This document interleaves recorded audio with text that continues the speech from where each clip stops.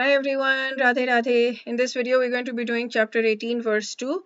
And Bhagwan starts to speak now because Arjun had asked the question in the first verse, ki what is the difference between sannyas and tyag? And Bhagwan starts to answer that. And it confused me. I don't understand it, but whatever we understand, we can go with it. Okay, so let's call out to Bhagwan Shri Krishna. ॐ नमो भगवते वासुदेवाय ॐ नमो भगवते वासुदेवाय ॐ नमो भगवते वासुदेवाय. Dear Bhagwan Shri Krishna, please help us understand what you're trying to explain to us and tell us. Please help us go deep. Please help us understand to a depth that we haven't been able to access right now. Please help us understand. Okay. So let us sing the verse together.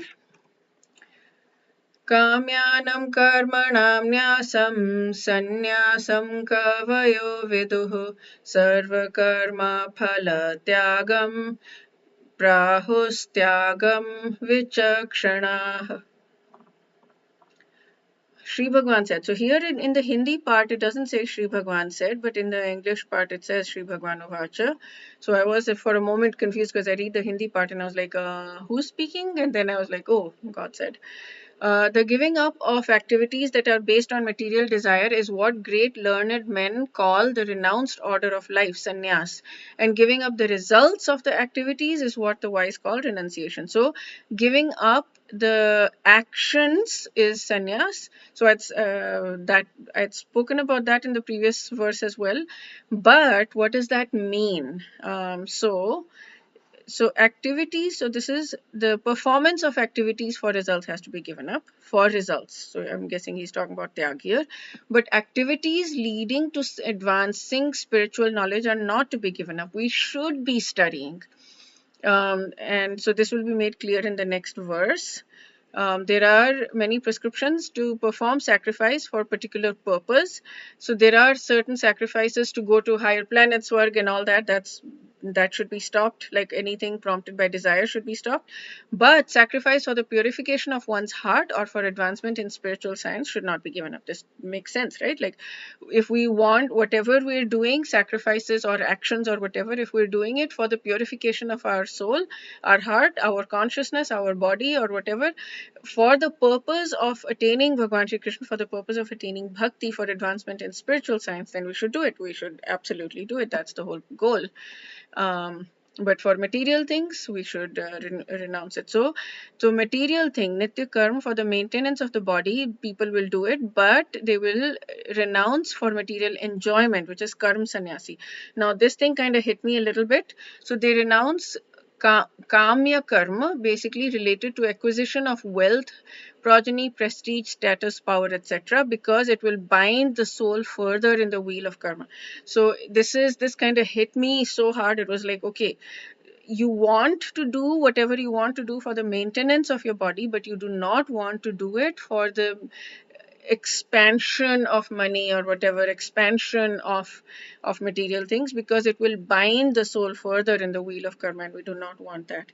So how to get the balance of that, like, what is it that I require for the maintenance, and do I like I'm going to require something for the maintenance when I'm older, right? So when I'm making money right now, where is the line that I draw where I say, okay, this is how much I make, so that this will allow me to sustain further? And I'm like, obviously that I don't care about making $1 billion and all that. I get that. That's ridiculous. But then where is the line where I say, okay, this is enough, and this is how much I want, and this is how much I need? And how do I know that that's not way beyond my needs? Like, how do I know that that is not just a material desire? Because I probably can live with a lot less than even what I have right now. And I don't know what is where the right balance is. Because the other thought that comes to my head, and I don't know if it's just the mind playing tricks on me, is that if I have money, then I can donate as well to temples and things like that. So I I don't know what, I have no idea right now, but okay. But yeah, so Hari Parshad Prabhu was saying that in these things there are many times where they will say that a guru, for example, he was talking about this example where a guru should, Upadeshamrit verse 1 talks about that when you have achieved these 6 renunciations, then you will be able to teach the entire world if you want to. But then he talks about many. Then the other aspect is that the many places where I've said that a guru should not take many disciples, but they have never anywhere said what that many is. They have not said you should not take more than 5 disciples, 10 disciples, 30 disciples, or whatever. So many is such a variable word. Some people will not take a single disciple, and Prabhupada took thousands of disciples. So, and all of them are correct, all of them are good, right? So, but this thing kind of allows you to have this freedom.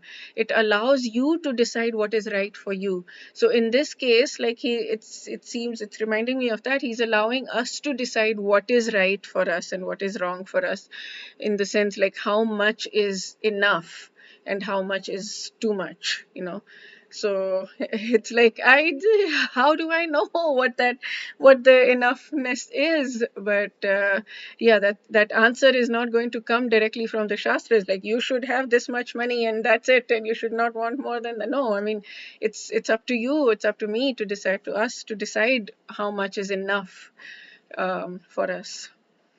It's like it's sometimes I'm like, please don't give me this decision, I don't know. I have no idea. Please help me, please tell me, I have no idea. But yeah, that's what we can pray for that, and I guess Bhagwan Shri Krishna will tell us in our through our intuition, through the Paramatma sitting in our hearts. Okay. Tyag is internal renunciation. Yeah, so both of these are plausible and reasonable options to pursue enlightenment. Of these, which one does Krishna Bhagwan recommend? And then he talks about it further. Okay, Sri Krishna says the renunciation of kamya karma and the performance of nitya and naimittika activities without any desire is known as sannyas. Renouncing the results of all activities, including the performance of nitya, naimittika, and all types of kamya karma, is called tyag.